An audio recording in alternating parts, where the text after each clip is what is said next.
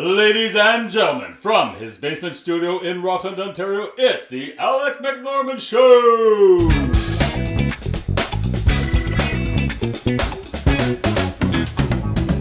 Hello everybody and welcome to the Alec McNorman Show. I'm Norman Hughes, your host, and I'm looking forward to putting this podcast together for you and many more to come over the next couple of seasons, hopefully.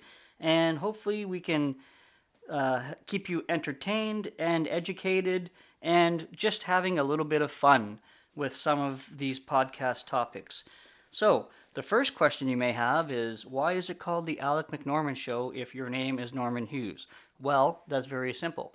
When I was still in the military and we were first learning out one of the jobs that I was doing, which was pretty sensitive, we had been told that it was in our best interest to hide in plain sight on social media and places like that because there were people out there with nefarious ideology that would like to find people like us, or basically any civilian really, and exploit their what they have on social media to gain access to personal and private information and do not so nice things with that. So a lot of people in the command in CANSOFCOM, that's Canadian Special Operations Forces Command, in case you didn't know, came up with some pretty cool names. And of course, myself not being very smart, all I did was I took my middle name Alec and I put Mick in front of my first name, Norman, so Alec McNorman. And that became my my hiding in plain sight name. And to be honest with you, I kind of, after a couple of years, kind of liked the sound of it. So I ever said, if I ever had a television persona or a podcast or whatever, I was going to use the name Alec McNorman. Because could you imagine what it would sound like if it was like, ladies and gentlemen, the Norman Hughes Show? Yeah, it doesn't have the same ring as the Alec McNorman Show.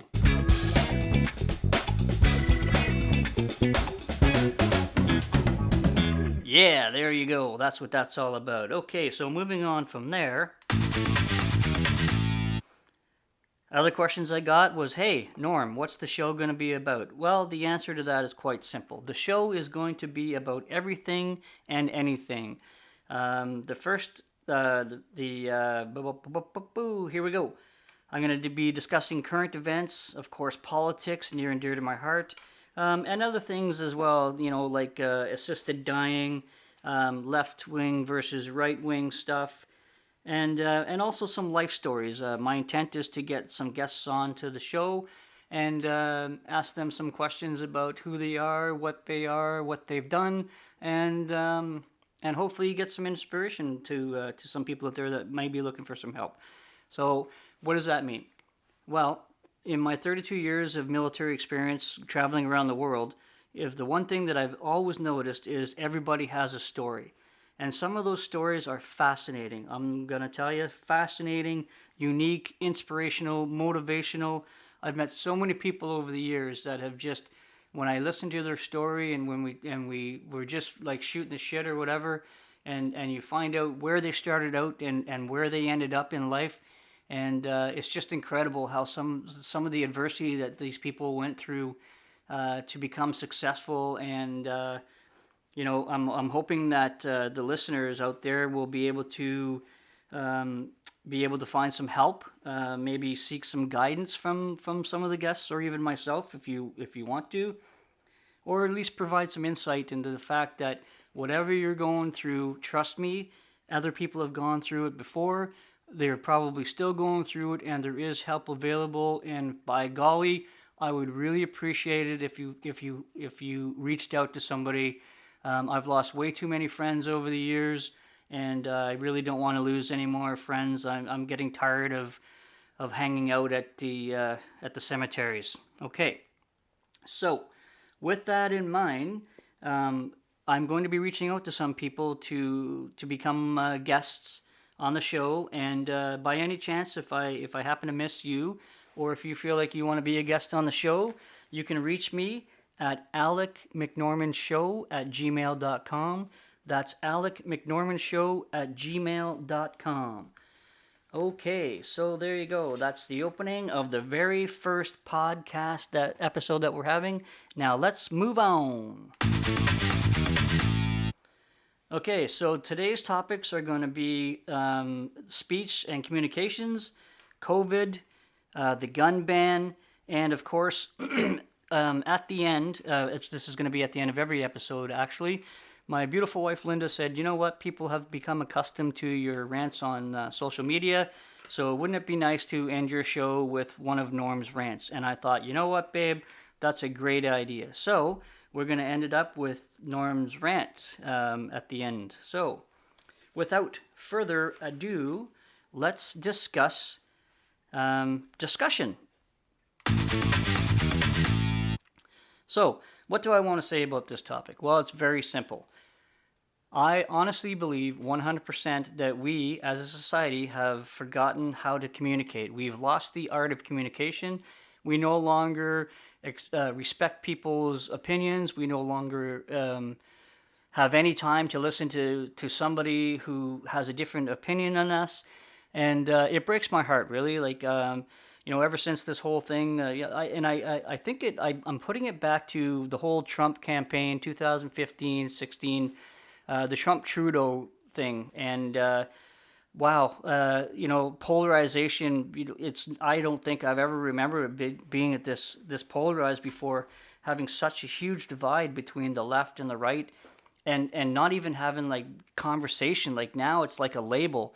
Like I'm a card carrying member of the Conservative Party, and as soon as you hear that, you're like, oh, there's Norm. He's a bigot. He's a racist. He's a misogynist. He's a gun crazed lunatic. Well, I do like guns, but that's neither here nor there. We're going to talk about that after. But no, I'm not any of those things. I do have a very weird sense of humor, and I do cross the line sometimes on some of the jokes that I make or whatever. But it's how I was raised. We were raised that we could make jokes about stuff like that, and when people laughed at it, and people weren't overly sensitive to these things. So I've learned that I've had to curtail it a little bit, and I only make stupid jokes or whatever around people that generally can handle them, and it goes back and forth, right? Like I've got black friends, Muslim friends, Indian friends, whatever. Um, they call me like a short little bald fucking leprechaun, blah blah blah, and I call them some weird names as well. Like my buddy Brent, if he's listening, he's native and he's a fucking beast of a man. And if he really took offense to what I was saying to him, I wouldn't be here talking to you right now. So a lot of the times, some of the stuff that's happening in jest, and I have no time for people that actually believe that the color of somebody's skin is a basis to judge who they are as a person and believe that they're actually lower or higher than somebody. So, what does that mean to you? Well, I'm going to tell you a story. When I was growing up, there always seemed to be a little bit of respect. You could say pretty much whatever you wanted to anybody as long as you had you had some facts, you had some merit. But at the end of the day, facts and merit only went so far, and you had to be expected to put up your dukes if you believed in something so much. And Buddy was like, "No, man, I think you're wrong about that." And I'm like, "Well, no, I'm right." And they're like, "Well, you know what? Let's step outside." And I'm like, "Okay, we'll step outside." Now, I got my ass handed to me a lot of times, but that's how it was. If you believed in something so much, you would go outside and you would put up your dukes, you would have a little go at it, and then at the end of it, you'd go back in and have a beer with the dude. And like, does that change anything? Did that make him more right or me less wrong or whatever? No. But at the end of the day, it was like, okay, that's done. We had our disagreement. We fucking fought it out, and win or lose, it didn't matter. Like we said our piece, and that was it, and it was gone. So that was kind of the way of saying I agree to disagree. So nowadays, yeah, you know what? I'm enjoying the fact that I don't have to get the shit kicked out of me anymore by guys that are bigger than me because we're fighting or disagreeing. But agreeing to disagree is a wonderful thing, and I think we should we should do that more often. So please, when you're discussing a topic with people, please get away from the labeling and just fucking walking away or la la la la la, I can't hear you, I can't hear you, which seems to be happening quite a bit these days. Let's listen to what each other has to say. Let's ponder it for a little bit and then let's rebut, okay? And you know what? I understand that sometimes, people are gonna fucking say, ah ha ha, Norm, yeah, right. Like, yes, I have lost my shit on social media, and I have lost some friends because we just could not meet in the middle, and that's what I would love to do. I'd love to be able to rekindle some of the friendships that I've had now that Trump's out of the way, and hopefully people are gonna be calming down a little bit more. But the thing is like I remember having conversations with people, and they're like, "Well, where's your proof?" And I'm like, "Well, here's my proof right here." And this is specifically with regards to the COVID vaccine. And they're like, "Well, where's your proof?" I'm like, "Well, it's right here." I'm like, "Well, I don't see it. Where did this come from?" Like, blah blah blah. I'm like, "Well, it's actually the medical insert to the Pfizer fucking vaccine thing." So if Pfizer themselves are saying that you need to have it at day 0 and 21 or 28, I can't remember, and you can't expand that, you can't extend that, or conversely, it even said in the insert that they didn't know how long it was going to last, and they didn't know, like they said that it was all they knew was that for I believe it was 3 or 4 weeks, you would get 94% efficacy from the vaccine, and after that they had no clue because they didn't have any studies. Now from there on, there's more studies happening, and of course it's still a fucking shit show. So the number one thing that I would like to say is now that it looks like we have moved into the COVID conversation, is you don't understand COVID. Full stop, fucking period. I have training in public health and epidemiology, and even the scientists themselves don't understand what's going on with COVID, and things are changing every day. Now there's mutations of the virus. There's the efficacy of the vaccines may not be as efficacious anymore with the new variants of the virus and stuff. So I think it's very simple that people just need to stop listening to social media and the radio and these getting the daily statistics of how many cases are and stuff like that. It boggles my mind because the daily cases doesn't mean that you got COVID that day. It takes anywhere between 3 to 5 to 7 days for the viral load to be high enough for you to be for it to be picked up. And by the way, they keep changing what's a positive. Before it was like if you had any viral load, you're positive. Now it's like, well, if you have your positive load has to be enough to be communicable, though then you know, right? So again, positive doesn't mean positive. Positive doesn't equate to communicable. Positive just means that you have been exposed to the virus, and it could have been from a long time ago, or it could have been from a recent thing, but it doesn't mean that you're going to pass on the virus. So I think what we need to do is we just need to stick to the basics here. We know that this virus is now like many other viruses, and it will attack and be extremely harmful to the young, the old, the pregnant, and the immunocompromised. And then you'll say, but Norm, what about that 16-year-old kid that died of COVID in Texas? Yes, there will be one-offs. That's what happens in these types of things. People will be, it's not going to just stick to those groups of people. There will be outliers. That's what happens in these types of things. But how do we fight this? The vaccines, if you want the vaccine, take the vaccine. I myself am waiting for the chimpanzee adenovirus one because I don't know enough about the mRNA to put that in my body, but I know what a chimpanzee adenovirus based vaccine will do, and so I'm more comfortable with that. So that's my personal choice. I'm not telling you what to do. If you want the virus, get the virus. If you want the vaccine, get the vaccine. If you don't want the vaccine, don't get the vaccine. But at the end of the day, the one thing that everybody should be able to do is wear your mask, wash your hands, and limit the amount of time that you're outside and in groups of people. I don't think that that's too fucking hard. Now, maybe that's just me because I'm a bit of a loner, and now that I'm retired, I really enjoy just sitting in my house and not really doing a whole lot. But, At the end of the day, it's the right thing to do. And if you do have to go visit, grandma and grandpa, or, any of your elderly relatives, take the extra time, take the precautions, like double mask, gown, do your visit through Zoom, or do your visit through like plexiglass or some kind of a barrier or whatever, or try to keep as much distance from the person that you're visiting as possible. And I honestly think that those methods should be enough to restrict the virus from passing on. All right. So again, these are just my thoughts, my opinions, and of course, if I'm welcome to anybody emailing me and letting me know what their thoughts and opinions are. And one of the other things that I'm going to be doing is I'm going to be reading some of the fan mail and hate mail. Actually, more hate mail than fan mail, because I don't think I can get any fan mail.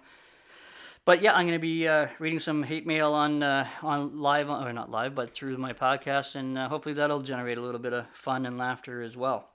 Okay, so once again, if you have anything on the COVID subject that you would like to discuss, please, again, reach out. Alec McNorman Show at gmail.com. Alec McNorman Show at gmail.com. Okay, moving on to guns. Guns, guns, guns, guns, guns. I love me some guns. All right, so I don't have to tell you what's going on with guns, or maybe I do. I don't know. Here's the thing. The gun ban, in my opinion, is 100% bullshit. I fail to see how restricting legal gun owners who are already storing and using their guns appropriately has anything to do with public safety. I don't see how making replicas, BB guns, pellet guns, what do you call those things? Paintball guns, airsoft guns. How are those going to stop the gun violence in this country? What is that going to do to stop that 17-year-old kid in Toronto from shooting that 14-year-old girl in the head with an illegal gun? If anybody can please connect those dots for me, I would very much appreciate it. But I have a hunch that it's not about public safety, and it's all about the Trudeau government overstepping and wanting to take guns from its citizens and remove private property, because I don't want to sound like a conspiracy theorist here, but there is no reason to do this. There's no reason at all. Now I have, especially when there was an order, a bill raised in the House to actually give higher penalties to people who commit gun crimes, and the Liberals turned it down. I'm like, are you kidding me? You guys are talking about gun safety, public safety, blah, blah, blah. And yet the ones that are actually committing the crimes with illegal guns, not legal guns, get a slap on the wrist and they're out in fucking bail the next day and they're out committing another crime. But yet somehow taking my legally purchased guns that I'm storing in my vault properly, with the trigger guards, with the ammo away, with the magazines nowhere to be found anywhere near all of that, yet somehow that's going to stop gun crime. Yeah, you know what? I'm going to call bullshit on that, and I would appreciate if you want to talk a little bit more about this. We can definitely discuss this, but I'm telling you right now, I don't see it, man. It's like, it's like that meme that's going around with Clint Eastwood. I don't know if he actually said this or not, but you know what? If you want to stop drunk driving, then take the keys away from everybody, because that's the same thing as gun control. And it's absolutely ridiculous in my mind. There's no reason why this has to happen. The amount of money, time, and effort that's being put into this gun buyback plan, or this order in council that they put through It's just it's totally ridiculous in my mind. Now, having said that, there are some organizations out there that are pushing against this order in council and some of the other things, this Bill C-21 that they're trying to push out. And you know what? God bless those people. Oh shit! I hope that's not. Hopefully that's not bad. You know what? Fuck it. I'm a Catholic. You know what? God bless those people, and let's hope that we can finally get some sense in this goddamn government and get cooler heads to prevail and put the gun ban to rest. I mean, there's I love shooting my guns. In fact, I find it therapeutic. I like going to the range whenever I'm having a bit of a down day, or if I'm having a slow day or whatever. Get out to the range, put up my paper targets, go through some of the drills that I used to use, and and then come home and crack a cold one and have a cigar and just reminisce about the good old days when I used to be somebody, or anybody or whatever. But I love it. I love the smell of gunpowder. I love shooting my gun. I love playing with my guns, cleaning my guns. It's a lot of fun. And you know what? So for those of you that are out there that are still like super anti-gun, you know what? Why don't you go and find one of your gun owner pals, one of your legal gun owner pals, I should say, and go to the range with them and see what the experience is. My last time out to the range, there was a guy out there with his father and stepfather and his daughter, and they were all following the rules. They were all having a good time, and it's just harmless fun, really good harmless fun. Now, I'm not going to be one of these people that says, well, we need it to protect ourselves, blah blah blah blah blah. I don't believe that, because I live just on the outskirts of Ottawa in Rockland.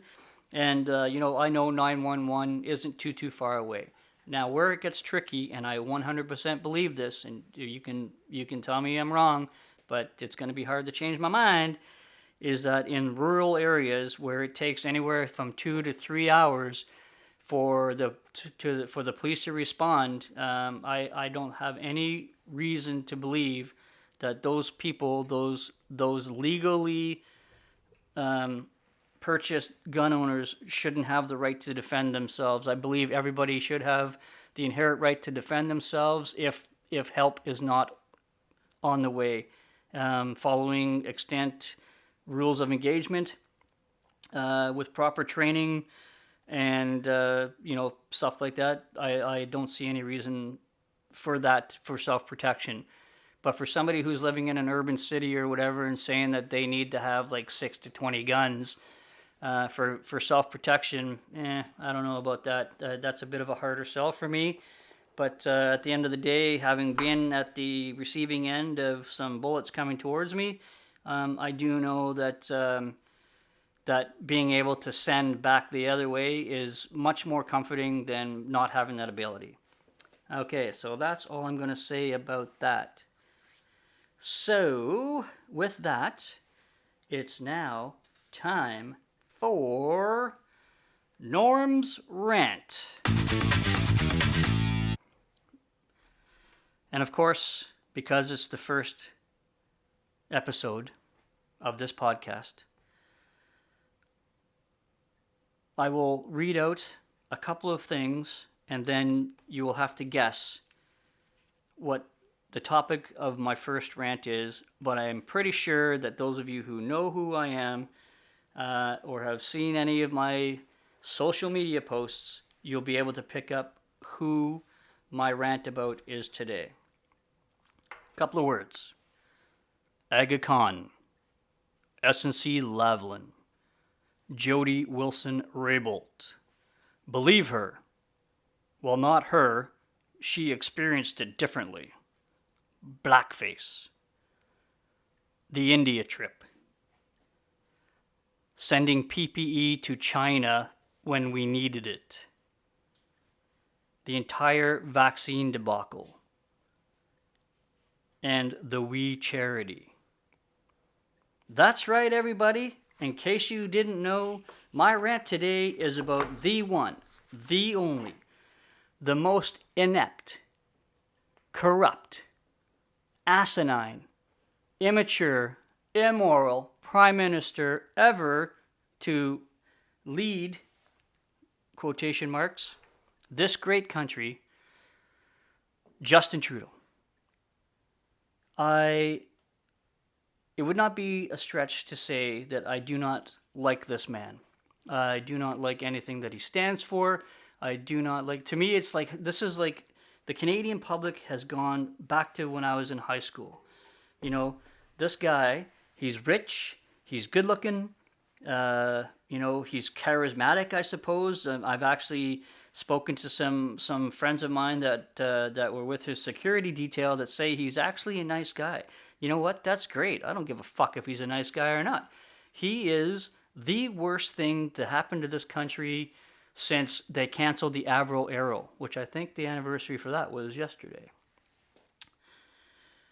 The man is incompetent, to say the least. It boggles the mind how somebody who's never really held any type of political position in their entire life has had everything handed to them with a silver spoon, a ski instructor, a part-time drama teacher who had to leave that school for certain reasons that we just don't know. When he was running for the leader of the Liberal Party, I was like, oh man, that's crazy. I can't, wow, they're grasping at straws. Like, the next, if he gets to be the leader of the party, the next 15 elections are ours, man, because who's going to vote for this guy? Well, holy moly, was I wrong there, kids. Not only did this guy get in with a majority government, but then after all of the things that I listed, up until the PPE and stuff like that, which hadn't happened yet, PPE vaccine and the We Charity thing, but all of the other stuff had happened before. The guy had been in more shit than any other political leader that I can remember in modern times, and yet he's walking around like he's the king of Sheba, the king shit of Turd Island, as we used to say when I was a kid. I mean, it boggles the mind that people actually think this man is doing a good job. So here's what I'm going to say about that. If you want to continue to vote for the Liberals because you're a lifelong Liberal and you want to remain loyal to the party, I get that. I spent 32 years in the military, and before that I spent a lot of time playing competitive hockey. I know what loyalty is. I know what it means to know your role and to do, to put things, put the team before yourself. I get that. But do not piss on my head and tell me that it's raining. Do not tell me that you believe that this man is actually doing a good job. The only thing that he has done for this entire country, other than the little self-interest groups that seem to keep putting him in power, is as it was reminded to me yesterday, the marijuana thing. Legalizing marijuana, that was a good thing. I happen to have opinions that we should legalize more drugs and other things, but that'll be another topic for another day. But at the end of the day, other than these bullshit slogans that he keeps saying, and he says the right things, but yet he goes out and does something wrong. And if anybody's ever seen the movie Delta Force with Chuck Norris, they keep saying this phrase, facta non verba, which means deeds, not words. Okay? Deeds, not words. Somehow, this country has got it that Mr. Trudeau can say whatever he wants because it sounds so good coming from his sweet, gorgeous face. But at the end of the day, he does 100%, 180% the opposite of what he says. The man is incompetent, people. Incompetent. But you guys continue to want to put this man into power. And I just don't understand it. I don't get it at all. Anyway, ladies and gentlemen, that's it for Norm's rant. Probably not the greatest rant that I've had. The other take I did had too much swear words in it, apparently, so I did not put that one out. Anyway, that's it for Norm's rant. Well, everybody, that's it for the show for today. I hope you guys enjoyed the first installment of the Alec McNorman Show. I do have to say that this is my first show, and although it's not as tight as I'd hoped that I would get it after 5 days of recording and editing and trying to get out an immaculate product, that's just not in the cards right now. But I do promise that as I get better and more comfortable behind the mic and better with the software and stuff to edit these things and put these shows together, the shows will improve. So please tune in next week when hopefully I will have a guest. I don't have a guest to introduce right now, but next week when I start putting out emails and getting people slotted in, I will be able to do that. So, having said that, I would like to remind you with what the Dalai Lama meme that I keep putting on social media says. And very clearly, succinctly, be kind to everyone when you can, but have a plan to kill everybody in the room.